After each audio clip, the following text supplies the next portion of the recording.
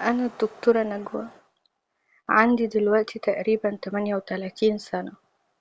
أول حب في حياتي كان زميلي في الكلية، بس للأسف كان شاب على قد حاله خالص. أهله كان ناس بساط، وأنا أبويا وأمي من عيلة الحمد لله كانت غنية، يعني من صغرنا وإحنا متربيين على عز. ربونا وعلمونا أحسن تعليم.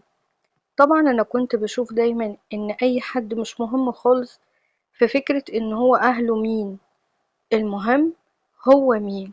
مش مهم فكرة الفقير والغني، المهم ان هو انسان كويس.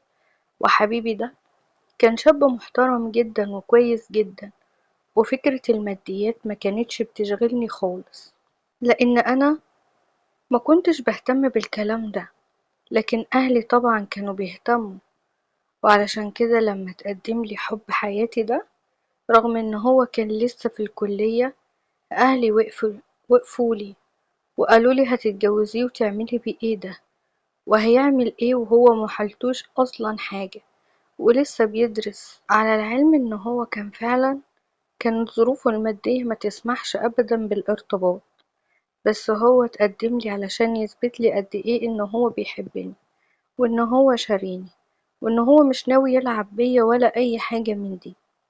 بس طبعا ممكن فعلا اهلي كان عندهم حق ان دي تعتبر نقطة تهور منه، لان احنا ما كانش فيه وقت مناسب ان احنا نرتبط، بسبب طبعا ان هو لسه ما اشتغلش، ولسه ما كونش نفسه، ولسه ما عندوش حاجة خالص. فمن هنا طبعا لما هم رفضوا، انا ما قدرتش اعمل حاجة.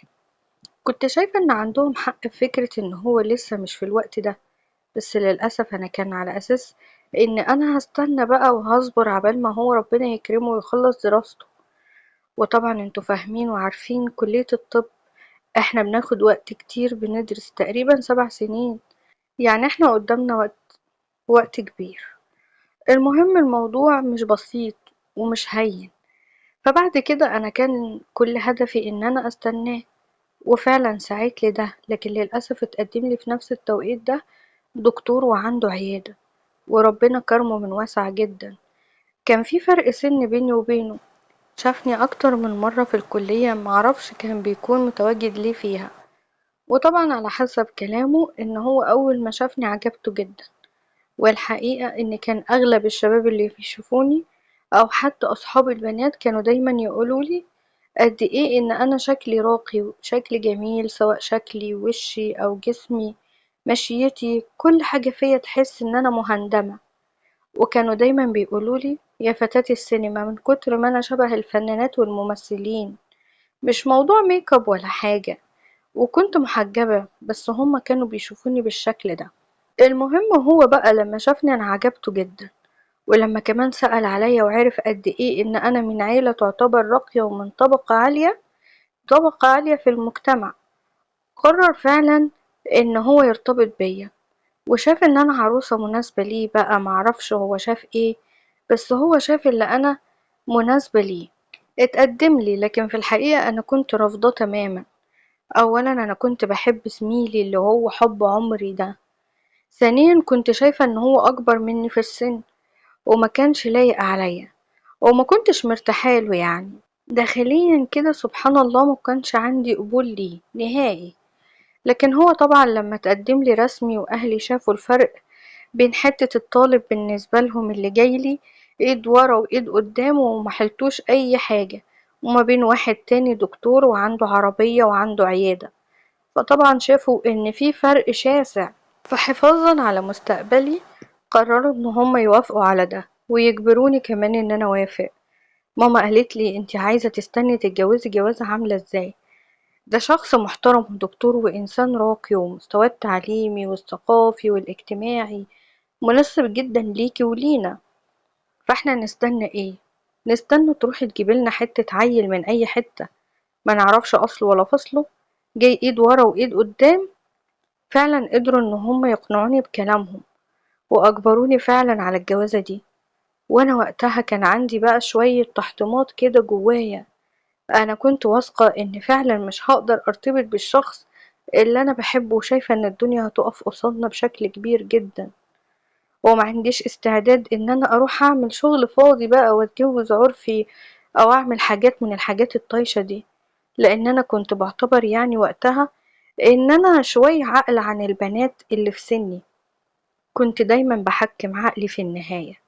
ففي الاخر وافقت فعلا على الارتباط. وبعد ما ارتبطنا لقيته بيقولي انا على فكرة مش هخليكي تكملي كل حاجة في الدراسة، انت كفاية عليكي ال5 سنين بس بتوع الكلية، علشان انا ولا هشغلك ولا حاجة. انا كده كده اموري الحمد لله، وانا مش واخدك علشان اشغلك انت كمان، ونبقى احنا بقى الاتنين دكاترة ونبقى طول النهار برا البيت ومش فاضيين. لا، انا ليا شغلي وعندي اختصاصي وببقى مشغول، فلازم بقى تكوني انت ليكي الدور في البيت. وفعلا برضو اقنعني للمرة التانية، لحد ما قلت فعلا انا هشتغل وهو يشتغل، طب هنقعد في البيت ازاي ولما ربنا يكرمنا بولاد والكلام ده.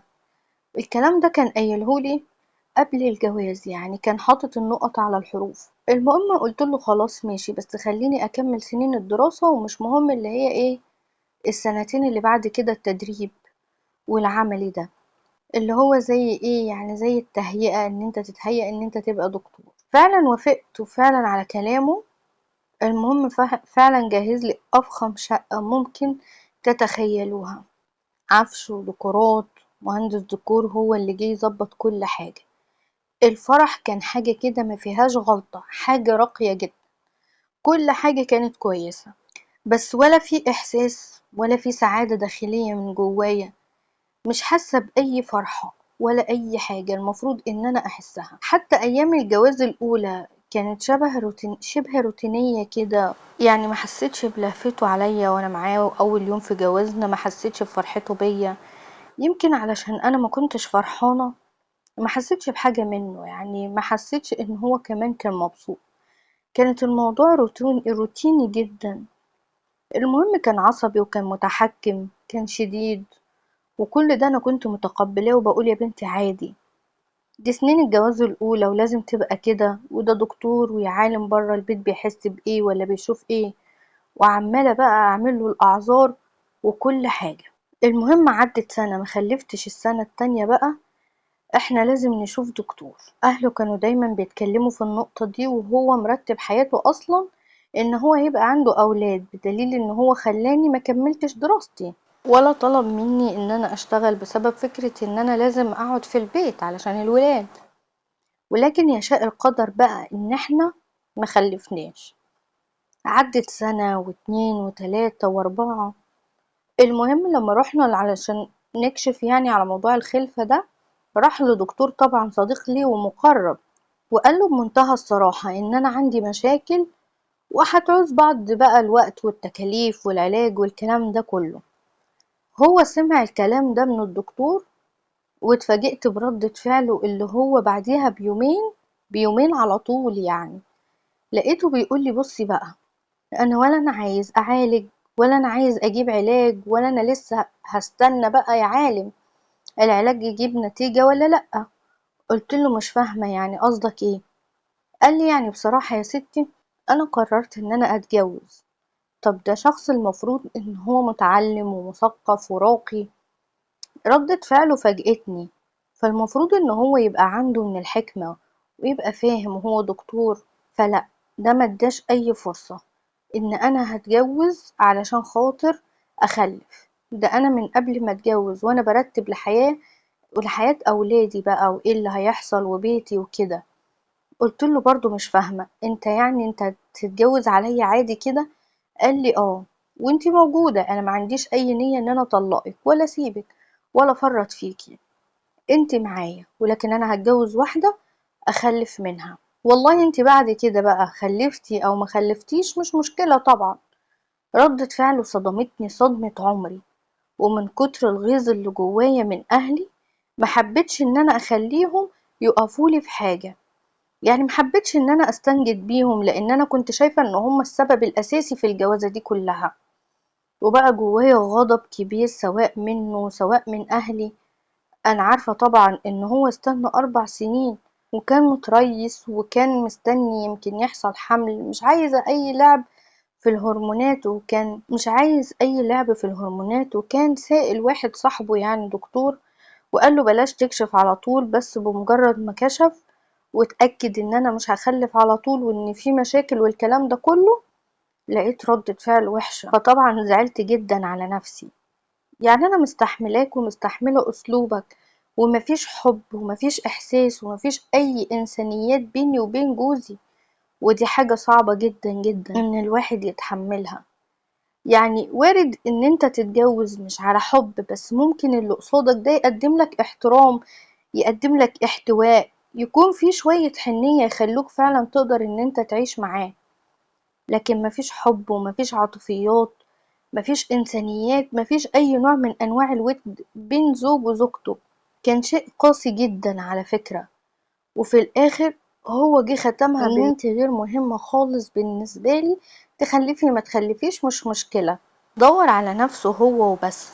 مع ان الموضوع كان ممكن ان هو يعالجني او نعمل طفل مثلا مجهري، اي حاجة من الحاجات اللي بتتعمل دي، لكن هو مهتمش خالص بالكلام ده.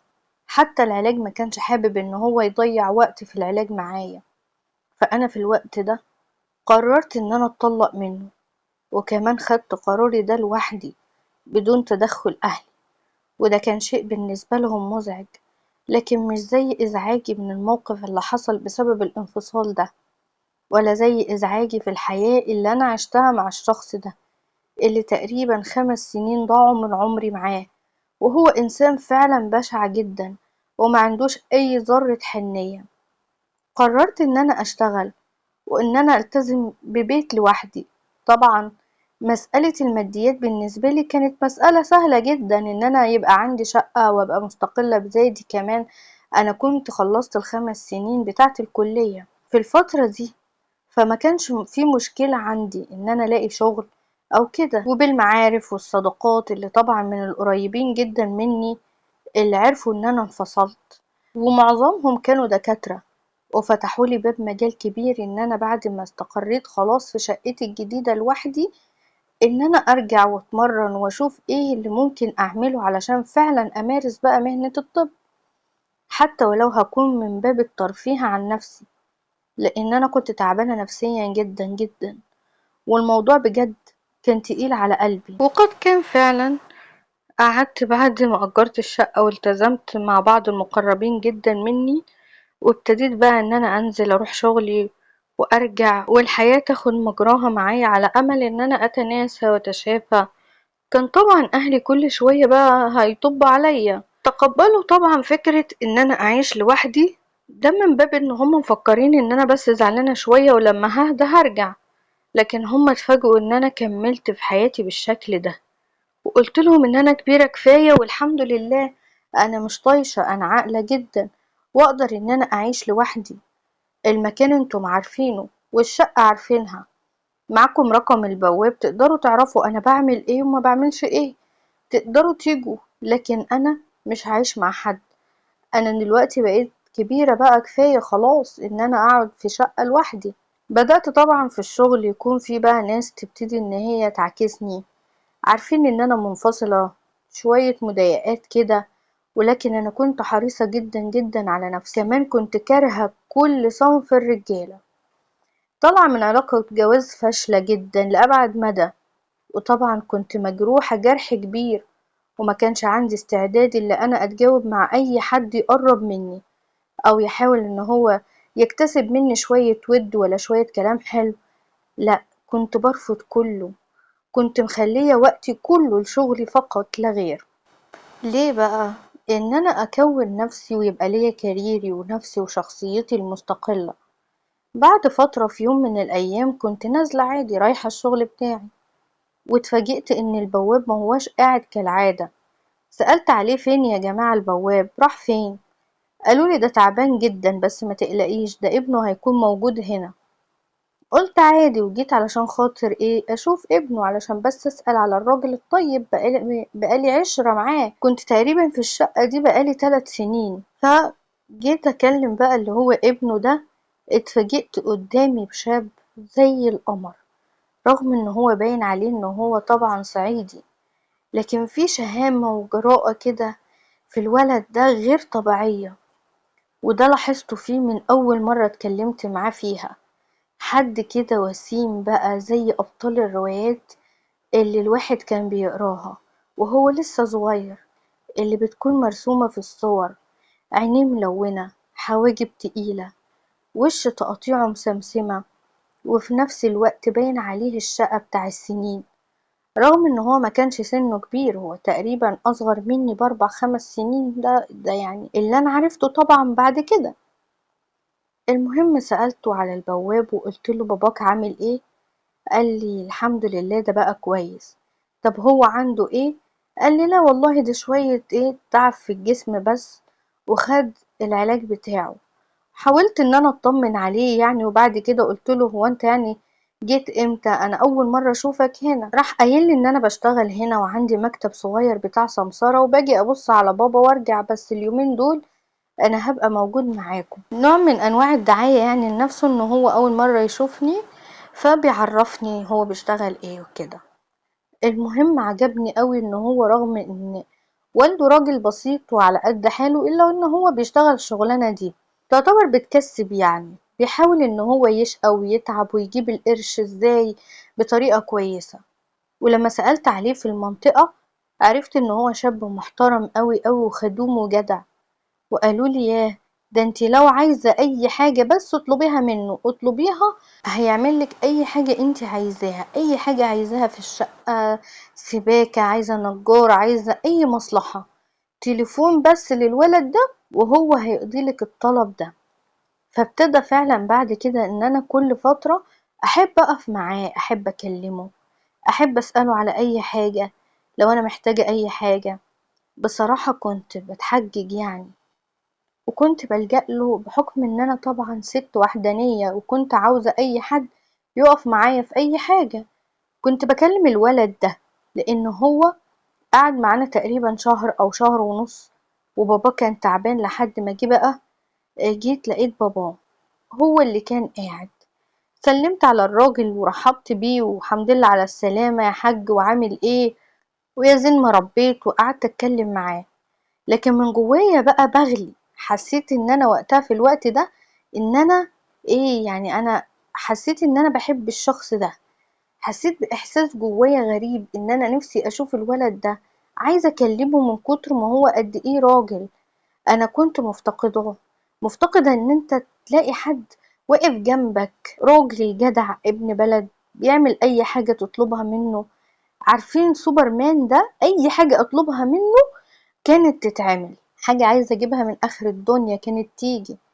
عنده معارف وليه اتصالات، لو محتاجة اي حد اي حاجة يكلم فلان الفلاني، تعالى هات انا عايزة كذا.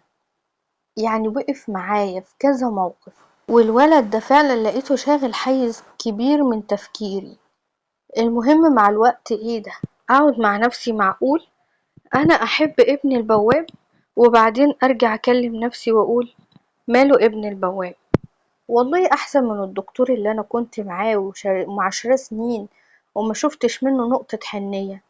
لكن الولد ده بمجرد ما تقف تتكلم معاه ان انت تحسي ان في حد حنين انت بتتعاملي معاه. فاهمين طبعا احساسي ايه في وقتها؟ فلقيت نفسي من غير اي مقدمات بحاول ان انا اتصل عليه، اسأل على اي حاجة، اتكلم معاه، اوده اوده كل فترة. لازم اتصل عليه واقول له انت عامل ايه، والله وحشتنا، انت ما بتجيش ليه خالص كده، ابقى بص علينا يا عم. وهو وقتها قال لي يا دكتورة لو انت عايزة اي حاجة اعتبريني لسه معاكي في العمارة وملكيش دعوة بابويا خالص، ده كفاية بس ضحكتك الحلوة ووشك البشوش ده، اي حاجة انت عايزاها مني ومن غير اي حاجة انت عارفة. لأن الولد ده يعني على قد ما دي الشغلانة بتاعته، لكن لما كان هو قاعد مستحيل ياخد فلوس في أي حاجة هو بيقضيها. يعني مشوار انت تجيبي تمن الحاجة اللي انت عايزة تشتريها بس، لكن تديله هو الفلوس أو تبس أو حاجة، لا، كان بيرفض خالص.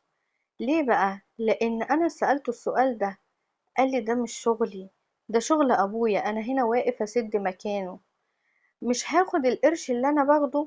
انا باخد الحمد لله من شغلي وبكسب كويس جدا ومش محتاج الحاجة دي، لكن ابويا ده شغله وهو ده يعني اتعود على كده، وانا فاهم ان دي اجرته، يعني هو بيكسب قرشه بالطريقة دي. لكن انا ما اقفش واخد تبس من حد ولا اخد اكرامية، لا لا لا، انا مش بتاع الكلام ده. طبعا حسيت ان هو مش طماع ولا تفاهم، رغم ان هو ممكن ما يكونش كمل تعليمه للاخر، لكن الحياة هي اللي علمته. وده بقى كانت اكتر حاجة حلوة فيه. ايام بقى بتعدي وانا بكون افكار وبتتكون جوايا مشاعر حلوة قوي للولد ده، وعايشاها مع نفسي.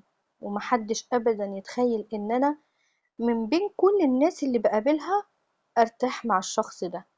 لحد ما جه في يوم وكنت تعبانة ميتة من التعب، كان عندي دور سخونية شديد جدا جدا، وانا عارفة ايه الحاجة اللي ممكن اخدها وايه العلاج، لكن مش قادرة ان انا اتحرك من مكاني وتعبانة قوي. طبعا اول حد جه في بالي ان انا اكلمه في الوقت ده كان هو الولد ده. اتصلت عليه وقلت له ان انا عايزة علاج بعد اذنك من الصيدلية. انا ما كنتش بكلم باباه بقى خالص بعد ما عرفته بجد، يعني اي حاجة بلجأ له فيها، اي حاجة بحتاجها بلجأ له تلقائي كده من جوايا ان انا اتصل عليه فورا. ما بكلمش حد وما فيش اي حاجة بتحصل مني ولا تجاوزات، هو بيجيب لي الحاجة اللي انا عايزاها بس. رحت مكلماه في التليفون: خير يا دكتورة، صوتك عامل كده ليه؟ قلت له ان انا تعبانة قوي. طب اجيب لك دكتور اعمل لك ايه؟ قلت له لا، انا هقول لك بس على العلاج وانت تجيبه لي من الصيدلية، يعني لو تكرمت. وفعلا راح جاب لي العلاج وانا ما كنتش قادرة، وقمت فتحت له بالعافية. وبجد وشي كان ده من كتر السخونة بيطلع نار وعينيا ورمة. فهو لما شافني الولد اتخض، صعبت عليه. قعد معايا تقريبا ساعتين بمنتهى الأدب ومنتهى الاحترام، مفيش أي تجاوزات، ولا يعني ممكن ما كنتش خدت بالي من نظراته، بس ولا كلمة ولا أي حاجة فيها غلطة. وأول ما حس إن أنا ابتديت أفوق قال لي: الحمد لله على سلامتك، انت كده فايقة يا دكتورة؟ يعني انت كويسة؟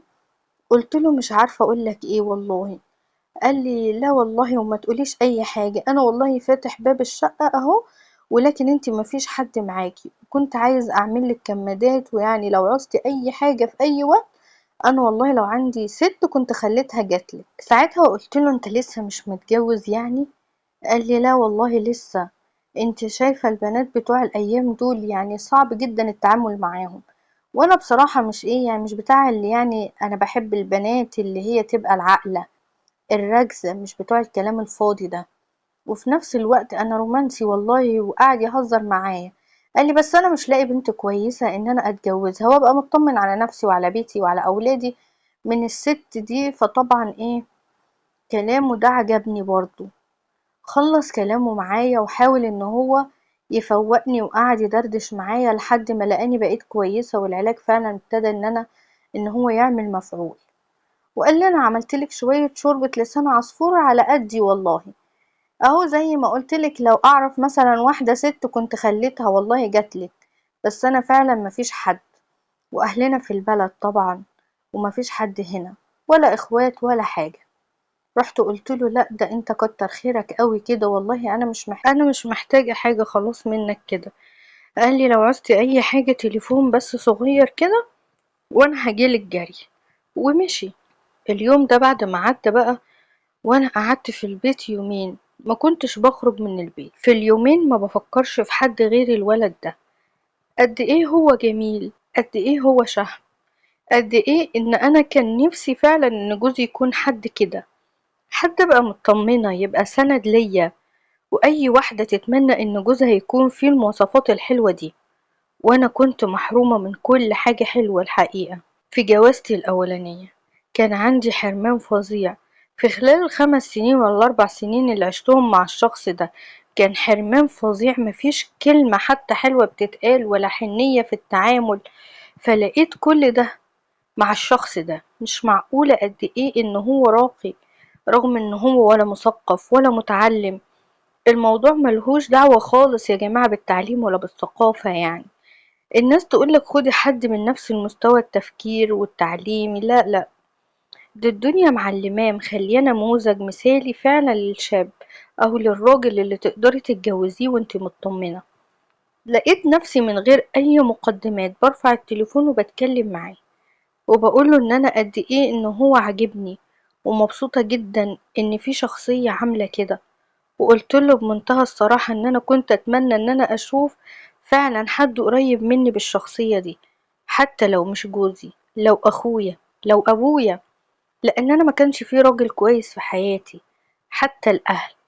فساعتها لقيته بيقولي: انا والله عايزة اقولك على حاجة بس انا مش عارفة اقولها لك ازاي. قلت له: لا قولي عادي. قال لي: انا حاسس ان انتي معجبة بيا. وصل له احساسي. راح قايل لي: وانا والله شايف ان الكلام ده كبير عليا، بس انا برضو شايف ان انت يعني حاجة حلوة قوي، انسانة مفيش زيك، يعني مفيش زيك كتير. انت قاعدة في شقة لوحدك وانا عارف عنك كل حاجة، قد ايه ان انت انسانة محترمة، محترمة نفسك من غير ما حد يكون واصي عليكي، يعني من غير ما حد يقفلك يقولك ما تعمليش ده واعملي ده. لكن بجد الكلام اللي بسمعه عليكي كويس قوي. قلت له: ده سألت عليا؟ قال لي: لا والله، بس يعني الواحد بيحب يتعرف على الناس عن قرب، فبيحب ان هو يعرف كل حاجة عنه. قلت له: وبعدين؟ قال لي: وبعدين انا مش معجب بيكي، بس الصراحة انا فعلا بحبك، ورغم ان انا عارف ان انت بعيدة عني خالص، لاننا يعني انت دكتورة طبعا، وانا سيبك من شغل السمسارة، انا في النهاية بيقولوا عليا ابن البواب. فساعتها انا وقفته في الكلام وقلت له: انت والله عندي احسن من احسن دكتور في الدنيا، واحسن من اللي اهاليهم وزرا كمان. قال لي: ايه ده قد كده؟ قلت له: اه طبعا، لان الواحد بيتعرف من مواقفه وشخصيته، وانت شخصيتك حلوة وفعلا انسان. سيبك بقى من الدكتور والدكتورة واولاد الناس، ولاد الناس بيتعرفوا بمعادنهم، وانت معدنك بيقول ان انت ابن ناس. لقيته راح قايل لي: طب بصي بقى يا ستي، انا مش هلف ولا ادور عليكي، انت عارفة كل حاجة عني، ان انا اقدر فعلا ان انا التزم بيكي وافتح بيت والحمد لله اكفيكي. لو انت عايزة تجيبي ايه كده، لو نجمة من السما هجيبها لك، وانا عايزة ارتبط بيكي. قلت له: اه بس اهلي. فسكت وقال لي: قصدك ايه يعني، علشان انا ابن البواب صح؟ قلت له: لا بص، انا عايزاك تعرف حاجة، انا بالنسبة لي الموضوع ده ما يفرقليش خالص، لان انا عارفة فعلا الصح وعارفة الفرق، بس للأسف اهلي مش بتفكر بالطريقة دي. قال لي: وانا مش معقولة ان انا همشي معاكي والجو بتاع العيال الصغيرة ده، انا كبير على كده وانت كبيرة وعزيزة على قد كده. قلت له: لا وانا مش قصدي برضو كده. قال لي: طب احنا ما عندناش بقى وقت ان احنا نضيعه كده. قلت له: طب بالنسبة لفرق السن اللي بيني وبينك؟ قال لي: والله انت شكلك كأنك اصغر مني، يعني انت حلوة وجميلة وكل حاجة فيكي حلوة، وشكلك فعلا صغيرة، وفي 3 4 سنين يعني مش باين في الشكل زي ما انت متخيلة. وانا برضو ما بفكرش بالطريقة دي، عقليته حلوة قوي. فساعتها قلت له: طيب احنا المفروض نعمل ايه دلوقتي؟ قال لي: انا عن نفسي انا ما عنديش استعداد ان انا اعمل اي حاجة غير ان انا اتجوزك على سنة الله ورسوله. قلت له: خلاص، انا كبيرة وعاقلة، وانا دلوقتي اقدر ان انا اكون وكيلة نفسي، وانت نفس الشيء، فاحنا مش محتاجين حد في حاجة. قال لي: خلاص احنا هنتجوز رسمي على سنة الله ورسوله، وانا عن نفسي هبقى معرف ناس من معارفي، يعني ان انتي مش عايزة حد مقربين منك يعرف. قلت له: لا بس بلاش باباك. قال لي: ازاي يعني؟ قلت له: عشان خاطري انا بس، كفاية ان احنا هنبقى مشاهدين ربنا علينا. فراح قايل لي: خلاص ماشي. أنا فكرت في الفكرة دي بعد تفكير طويل، ولقيت إن أنا مستحيل إن أنا هعيش بقى محرومة ووحيدة، وإن في حد فعلا حسسني بيه للدرجة دي. فطبعا كنت عايزة إن هو يملى حياتي، في نفس الوقت كنت خايفة من ردة فعل أهلي، فاضطريت إن أنا ألجأ للجواز فعلا اللي هو الرسمي، ولكن من غير ما أعرف حد. وقلت إن أنا هعرفهم في الوقت المناسب، وأنا كده كده ما بعملش حاجة غلط الحمد لله. قال لي: طيب وانا كده هطلع لك ازاي وابويا؟ قلت له: انت كده كده بتجيلي، ويعني انت اكيد عارف ابوك امتى ما بيبقاش قاعد، ابقى اطلع لي. قال لي: انا مش عايز اعمل لك مشاكل في العمارة، انت سمعتك كويسة والموضوع ده هيضايقني بصراحة في النقطة دي. قلت له: عشان خاطري استحمل بس ان انا بس شوية، عبال ما اقدر ان انا افتح اهلي في الجزئية دي، وساعتها ان شاء الله انا هقول لهم وفعلا اتجوزنا. في الفترة بتاعت الجواز دي كان حرفيا هو اللي شايل كل حاجة، يعني كل المصاريف الخاصة بيا كان هو اللي بيجيبها لي، كل طلبات البيت كان بيجيبها. وكان طبعا عادي لان هو كان بيجيب لي اصلا، ولكن طبعا الفرق ان هو ما كانش بياخد مني فلوس. ورغم ان احنا متجوزين رسمي الا ان هو كان بيكتفي بيوم واحد في الاسبوع ان هو يجي يقضيه معايا. والحقيقة اليوم ده كان بيخليني اسعد انسانة في الدنيا. بصوا بقى، حسيت فرق السما من العمى. انتي مع شخص حنين بتحسي معاه بكل حاجة حلوة، حتى الكلمة منه، لمسة الإيد، يعني مش هقولك بقى علاقة جسدية وكده، ده لمسة الإيد منه فعلا كانت مختلفة. لمسة إيده تحسسك إن هو بيطبطب عليكي، بيحتويكي، بيحضنك، بيغرقك في حبه مع الوقت. حسيت إن أنا مش هقدر فعلا أستغنى عن الشخص ده. بقيت إن أنا اللي ببقى عايزاه يبقى موجود في حياتي يوميا. ولكن كنت أكلمه يقولي طب اعلني، تعالي نعلن جوازنا علشان نفضل بقى عايشين مع بعض. طالما انت كده، كنت بخرج معاه، بروح كل حتة معاه، وكان بيوصلني، وبعد كده بقى بيجيلي مرتين تقريبا في الأسبوع. وبعد كده قالي بص يا ستي، أنا لازم أقول وأعرف أبويا علشان أقدر إن أنا أجيلك بشكل طبيعي. فبعد كده فعلا عرف أبوه طبعا. أبوه اتصدم إن أنت اتجوزت دكتورة زي دي. راح قاله إن أنا بحبها وهي بتحبني وإن هي إنسانة كويسة وعارفة يعني إيه كويس، ابن أصول، ومش فارق معاها فكرة البواب والكلام ده. والراجل من إحراجه كان عايز يسيب الشغل وعايز يسيب المكان.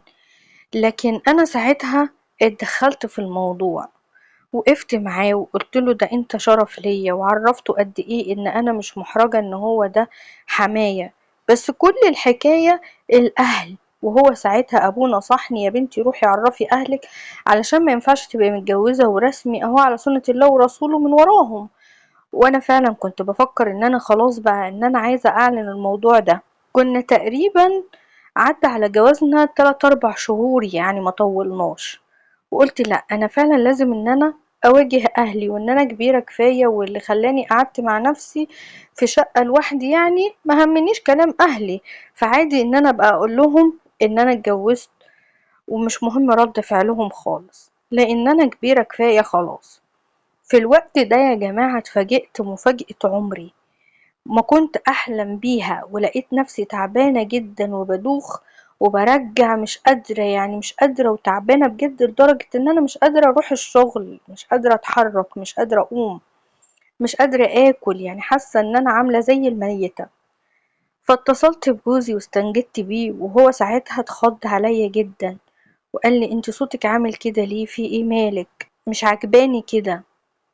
لو انت دلوقتي مراتي ومعرفة الناس مش كان زماني جنبك. قلت له استنى بس اما فوق من اللي انا فيه ده، ان شاء الله هعمل الموضوع زي ما اتفقنا، بس انا مش قادرة. قال لي خلاص انا ممكن اخدك اوديكي للدكتور.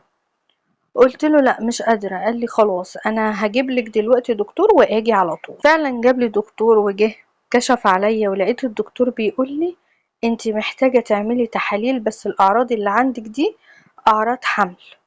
قلت له حمل؟ قال لي اه، انتي مفيش اي حاجة فيكي، شكلك كويسة، الاعراض دي اعراض حمل. قلت له حمل ازاي يعني؟ قال لي ليه يا مدام انتي مش متجوزة؟ قلت له لا انا متجوزة بس انا ما بخلفش. قال لي ايش عرفك ان انتي ما بتخلفيش؟ قلت له وحكيت له يعني. وقال لي يا ستي يعني انتي ما خدتيش علاج بعد كده؟ طب ما خدتيش علاج تاني ليه؟ ما كملتيش، ما خدتيش كورس علاج وما عملتيش ليه؟ قلت له لا انا ما خدتش اي حاجه، وانفصلت عن جوزي الاولاني وانا ما خدتش ولا حتى برشامه. وبعد كده ما اهتمتش بقى لان ايه، ما كانش في دماغي. قال لي ليه ما اهتمتيش ليه وانتي متجوزه؟ قلت له يعني ما كانش في دماغي. راح قال لي طيب روحي اعملي شويه التحاليل دي، وتقريبا كده ان شاء الله انت فعلا هتكوني حامل. وانا بقى يبقى لي الحلاوة. وراح ضحك. طبعا جوزي واقف مش مصدق برضو نفسه، وانا مصدومة وفرحانة ومش عارفة، كنت متلخبطة.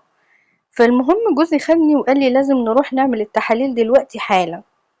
رحنا فعلا وعملنا تحاليل، وفعلا اتفاجئت ان انا فعلا حامل تقريبا في شهر. بقيت فرحانة وخايفة ومرتبكة، ياه، مش معقول! ده انا ما خدتش ولا علاج ولا اي حاجه خالص. يعني ممكن كنت لو انا اعلنت جوازي كنت بقى هبتدي ان انا اخد علاج علشان يحصل حمل، كنت هسعى. لكن انا ما كنتش يعني لسه عملت اي حاجه. سبحان الله، جت من عند ربنا وكرم ربنا. يمكن ربنا ما ارادش ان انا اخلف من الشخص الاولاني لانه هو ما كانش مناسب ليا، وكان الشخص الغلط. وربنا شال لي مكافأة كبيرة بقى على صبري واحتسابي، وان انا فضلت ساكتة وفضلت كويسة وفضلت مراعية ربنا فيه، ومستنية اللحظة ان ربنا يعوضني فيها. فعلا زوج مثالي، زوج كويس جدا، مكنتش احلم بيه. لا يقولك بقى ابن غفير ولا ابن وزير، لا، هو كان فعلا زوج مثالي. سبحان الله، ربنا كرمني وكرمني في الخلفة منه، من غير ما اخد علاج، من غير ما اخد برشامة، من غير ما اخد حقنة، من غير حتى ما افكر في اي حاجة، عشان ربنا كان شايل لي الخير مع الشخص ده. وقلت دي كده علامة ان انا لازم اعلن جوازي رغم ارتباكي وخوفي من اهلي. لكن انا رايحة كلمت بابا في التليفون وقلت له ان انا عايزاك في امر مهم. فعلا جالي هو وماما وقعدوا معايا وواجهتهم وقلت لهم ان انا اتجوزت. طبعا بابا انفعل عليا وقال لي ازاي تتجوزي من غير ما تقولي لنا ومن غير ما تشورين، وامتى ده احنا بنجيلك، ده احنا بنكلمك، ده انتي مش باين عليكي حاجة. وبابا انفجر فيا. قلت له انا اتجوزت شاب محترم ابن ناس، شاب يعني مفيش زيه في الدنيا. فقال لي يعني اهله مين مش اهله مين. قلت له طب انا خدت الدكتور اللي هو اهله ومركزه ومستواه، ايه اللي حصل؟ مفيش اي حاجة حلوة حصلت لي معاه، ورماني بدون اي تفكير زي بالظبط كأنه انسان جاهل ما عندوش ذرة تعليم علشان خاطر الخلفة. فرق ايه هو عن الناس اللي انت بتنتقدهم؟ بالعكس، راح قايل لي يعني ابن مين ده. رحت قايله له ان هو ابن البواب اللي انا ساكنه، بواب العماره اللي انا ساكنه فيها. بابا طبعا انهار عليا وقعد يزعق. لكن يمكن امي فهمت الدرس شويه. قالت له اهدى بس يا حاج بالراحه جدا. طب انت يعني اتجوزتيه امتى؟ طب اتجوزتيه ازاي؟ طب مين يعني بتصرفي عليه بقى ولا ايه بالظبط؟ قلت لها انا من يوم ما اتجوزته وانا ما صرفتش مليم على نفسي ولا على البيت. هو اللي بيعمل كل حاجة، هو اللي قايم وشايل البيت كله، لأن هو مش شغال بواب، هو شغال سمسار. وهو شاطر جدا وربنا كرمه علشان هو إنسان كويس. واجهت أهلي بالموضوع وقلت لهم إن أنا بعرفكم دلوقتي، لأن أنا دلوقتي حامل وأنا لسه متجوزة بقالي 3-4 شهور. ولكن كنت خايفة من المواجهة، والحقيقة إن هو يستاهل إن أنا أواجه الدنيا كلها علشانه. أعلنت جوازي، وطبعا قلت لأصحابي في الشغل والجيران والمنطقة كلها عرفت إن أنا اتجوزت ابن البواب. طبعا واجهت شوية بقى صعوبات كده في تفكير الناس اللي بتبصلي بصة بقرف، اللي بتبصلي وتضحك ضحكة خبيثة، اللي يبصلي بتريقة، اللي يبصلي يعني حاجات غريبة. مش فاهمة ليه الناس بتعمل معايا كده. منكرش ان الموضوع ده مضايقني ومزعلني، لان شايفة ان هو جوزي ده كبير قوي ومقامه بصرف النظر عن هو مين. فجت واحدة صاحبتي قالت لي انتي عارفة ان جد ولادك انتي اخترتيه بواب؟ قلت لها وماله البواب يعني؟ بواب بس ربى اولاده كويس. قالت لي يعني بذمتك انتي مش هتتحرجي وهو قدام الناس حماكي بواب وجد ولادك؟ فالموضوع ده فعلا في الوقت ده ضايقني، وابتديت ان انا اتكلم مع جوزي في الموضوع ده. فراح قال لي غريبة، انت كنت في الاول بتقولي لي ايه ودلوقتي بتقولي لي ايه؟ حسيت ان انا احرجته بعد ما كنت هكلمه ان بابا يبطل بقى الشغلانة دي. قال لي انا فاكر كويس قوي ان بابا كان هيبطل الشغلانة بس انت قلتي له لا، وفهمتيه ان الموضوع ده مش مضايقك ولا حرجك ولا حاجة. فاكرة ولا لا؟ فوقني ساعتها وزعلت جدا من نفسي وقلت بيني وبين نفسي انا ليه ببص للناس وكلامهم؟ انا عارفة كويس جدا ان جوزي اصله ايه، وعارفة كويس جدا ان ابوه راجل محترم لان رباه وربى جوزي وطلعه زينة الشباب. فبقى ليه بفكر في كلام الناس؟ ومن اللحظة دي تجاهلت فعلا كل نظرات الناس ليا، وقلت بكرة هيتعودوا وبكرة هينسوا وبكرة يعرفوا ومحدش هيفكر في الكلام اللي هما بيقولوه ده. وعبال ما ابني بقى يكبر هيكون جده فين؟ اكيد يعني جده مش هيبقى شغال هنا ولا حاجة، اكيد الدنيا هتتغير. وفعلا مع الوقت ربنا هيكرمه وهيشتغل مع ابنه أي حاجة يعني. وقعدت أفكر في الحاجات دي كتير، وقلت أنا كان تفكيري الأول صح، ومنفعش أبدا إن أنا أخرب حياتي بإيدي مع الشخص الوحيد اللي حسيت معاه بطعم الحنية. أهلي هيتقبلوا الموضوع، الناس كلها هتتقبل الموضوع، وأهم حاجة إن أنا أعيش سعيدة ومبسوطة بجد أنا وجوزي. وربنا عوضني عن حرمان حاجات كتير جدا كنت محرومة منها، وأنا في بيت أهلي وأنا في بيت جوزي، وده كرم كبير من ربنا. وبكده بكون وصلت معاكم لنهاية قصة النهاردة، ولو كملتوا القصة لحد هنا ما تنسوش تشاركوني برأيكم في التعليقات، لأنه أكيد يهمني. واشتراكك في القناة وفعل زر الجرس علشان يوصلك مني كل جديد، وياريت لو تعمل شير لأصحابك وحبايبك علشان هما كمان يتابعوا معانا قصة النهاردة. ولو مش حابب تشارك بأي شيء ما يضرش، بس ما تنساش تذكر الله، تصلي على الرسول. والسلام عليكم ورحمة الله وبركاته.